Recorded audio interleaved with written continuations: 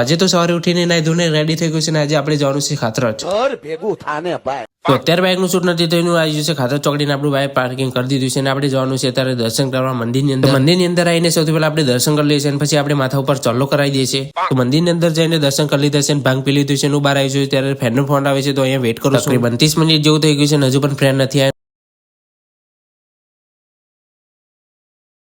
અચ્છા. તો ફાઇનલી 1 કલાક ઉપર થઈ ગયું છે અને આ લોકો આવ્યા નથી તો હું વિચારું છું કે હું એકલો જતો રહું ઘરે.